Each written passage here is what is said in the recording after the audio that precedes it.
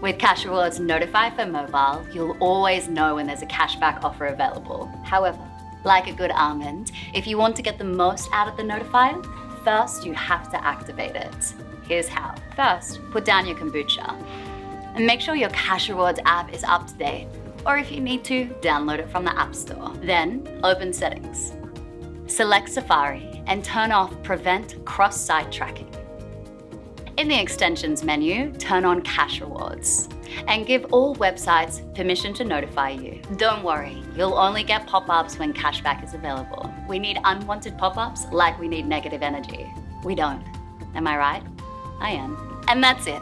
Now when you're on Safari, if cashback offers are available, the notifier will let you know. Finding yourself is great. Finding awesome cashback when you're shopping online, that's enlightened.